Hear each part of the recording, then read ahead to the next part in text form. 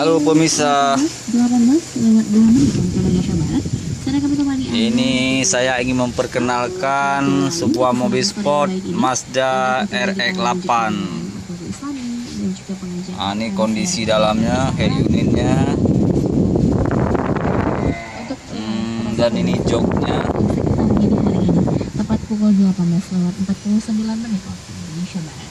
Baik, Ini kilometernya udah digital. Sistem transmisinya Triptonic 6 speed kecepatan dengan tombol auto di setir. Ini sebelah kanan up, down, turun, power window.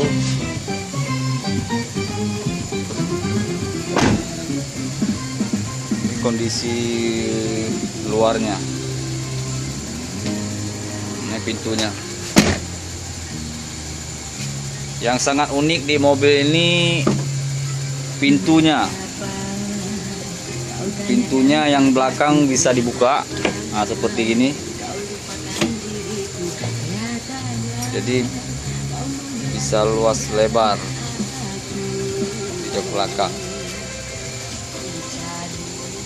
Oke. Kita tutup kembali. Ini spionnya udah retract.